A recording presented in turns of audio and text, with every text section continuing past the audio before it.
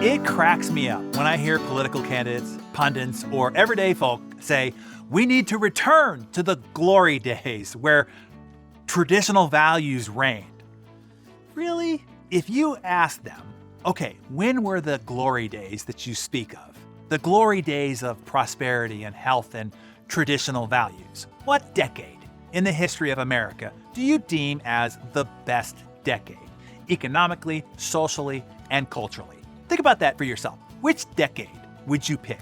Well, across generations, across all socioeconomic groups, people overwhelmingly point to one decade, the 1950s. Is that the decade that you were thinking about? The 1950s is remembered as, quote unquote, the golden age of middle-class prosperity in America. At least it's how it's remembered.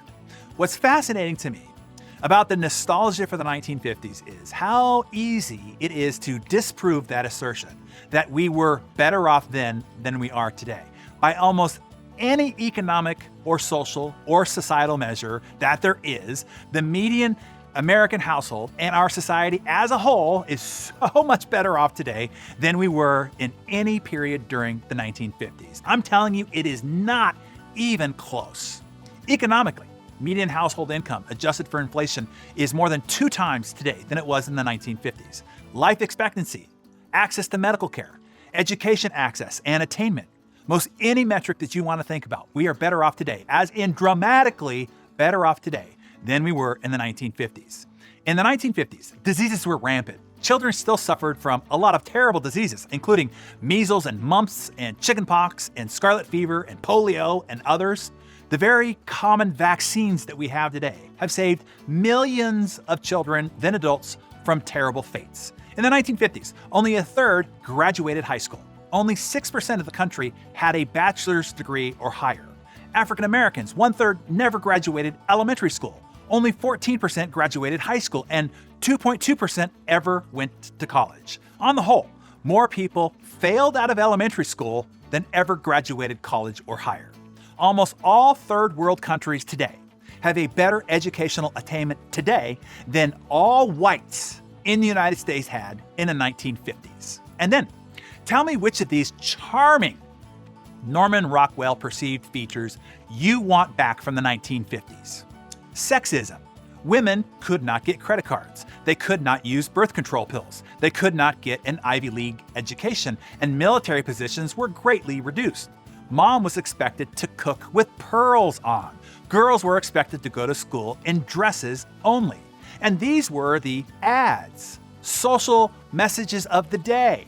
Quote, if your husband ever finds out that you're not using fresh coffee, you'll be spanked. That's in an ad.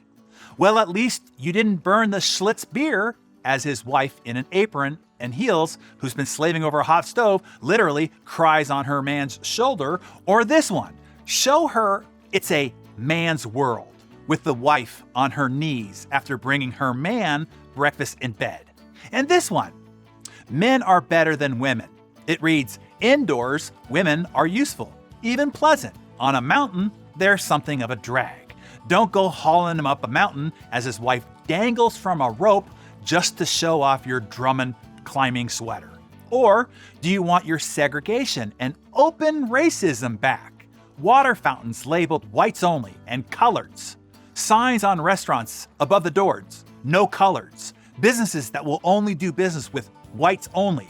You almost never saw a black person on TV or in magazine ads. If so, it was only in stereotyped roles, like the 1950s popular TV show Amos and Andy.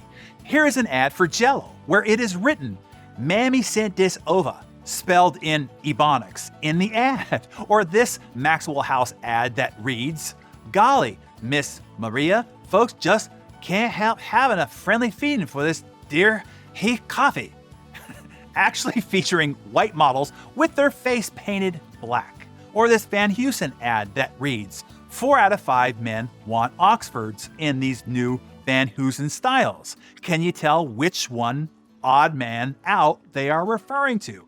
Maybe the one with the bone in his hair and a ring in his nose.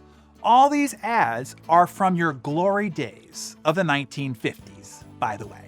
Oh, and let's not forget, Doctors were featured in and recommending cigarettes. Most every adult smoked cigarettes in the 1950s, and the sidewalks and gutters were full of cigarette butts. Never mind the other inconveniences of black and white TVs with only 4 channels. Most houses had no showers, only bathtubs, and usually only one bathroom in the house. No seat belts or child seats if you were in a car accident. You just collided with the metal dashboard and broke your face, if you were lucky. If you were unlucky, you were impaled on the snapped-off steering column and got a free ride to the morgue. McCarthyism was spreading, conspiracy and anti-Semitism, ruining many people's careers through accusations, innuendos, and often false assertions. We marginalized the disabled, we lobotomized the depressed, and homophobia was rampant. Kids were taught to duck and cover under their desks in case of a nuclear bomb hit their school. And the Korean War killed 12 times more Americans than died on 9/11 and wounded 100,000 more. Oh, and finally, the top marginal tax rate was 91% in the 1950s. Are those the glory days for which you pine to return? Or should you have a much better appreciation? Thank your lucky stars that now, today, as we sit here together, that you just happen to be, to no credit of your own, besides waking up on third base thinking that you hit a home run, that you are living during the greatest era to be alive, better than any other time.